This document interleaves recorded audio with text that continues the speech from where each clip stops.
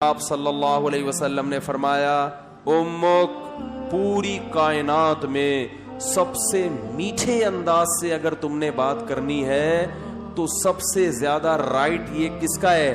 تمہاری بولو نا ماں کا۔ صحابی نے عرض کیا یا رسول اللہ کیا انداز ہے؟ فرمایا ثم من، ثم کا مطلب ہوتا ہے اس کے بعد، ثم من، یا رسول اللہ ماں کے بعد دوسرے نمبر پر میٹھے انداز سے اچھے انداز سے بات کرنا کس کا حق ہے کہ میں اس سے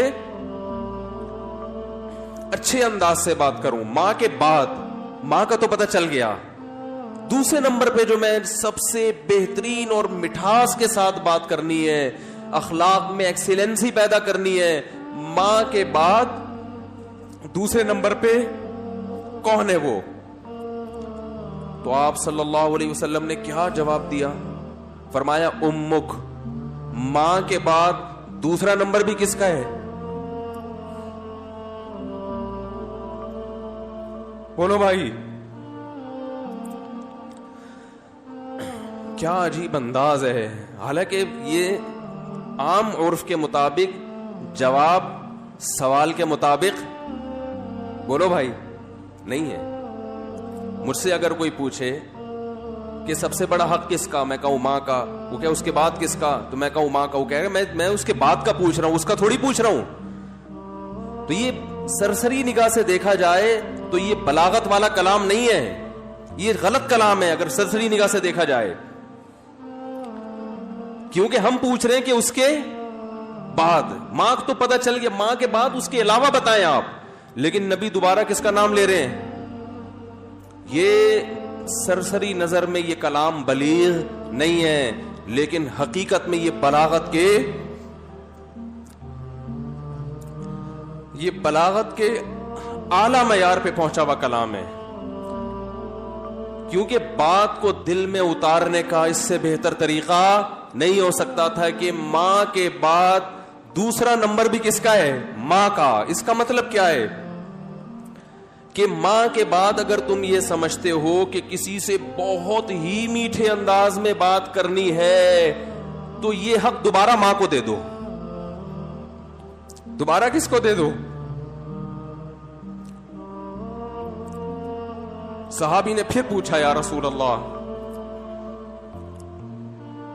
ثم من، دیکھو صحابی کا انداز بھی کیا ہے، وہ چونکہ ان کو یہ تھا کہ مجھے ماں کے علاوہ اب چاہیے کہ کون ہے، اور نبی نے دوبارہ کس کا نام لے لیا؟ ماں کا۔ لہذا صحابی نے پھر اپنے سوال کو ریپیٹ کیا، کیونکہ وہ یہ سمجھتے تھے کہ مجھے میرے سوال کا جواب نہیں ملا۔ تو انہوں نے تیسری دفعہ پوچھا یا رسول اللہ ثم من،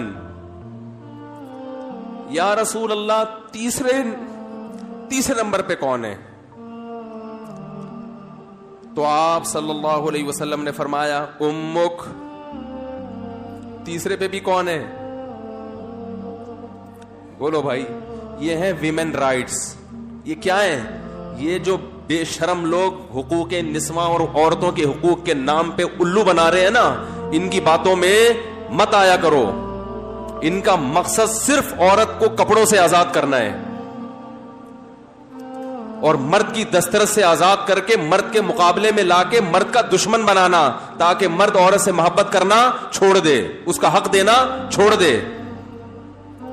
تمہیں اسلام نے عورت کے جو حقوق بیان کیے ہیں، اس کے بعد ہمیں کسی اور سے عورت کے حقوق کو سمجھنے کی ضرورت نہیں ہے۔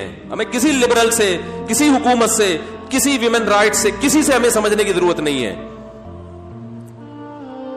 ہمیں اسلام نے بتا دیا ہے کہ ماں کے روپ میں عورت کا کیا حق ہے، بیوی کے روپ میں عورت کا کیا حق ہے، کہ بیٹی کے روپ میں عورت کا کیا حق ہے، بہن کے روپ میں عورت کا کیا حق ہے۔ اور یہ جو لبرل لوگ ہیں یہ صرف گرل فرینڈ کے حقوق جانتے ہیں، گرل فرینڈ سسٹم معاشرے میں لانا چاہتے ہیں، تمہیں درندہ بنانا چاہتے ہیں، تمہیں زانی بنانا چاہتے ہیں, تمہیں بدکار بنانا چاہتے ہیں. ان کا کوئی فیملی سسٹم نہیں ہے. جو قوم نکاح کی قائل نہ ہو ان کے ہاں ماں بہن بیٹیاں ہوتی ہیں.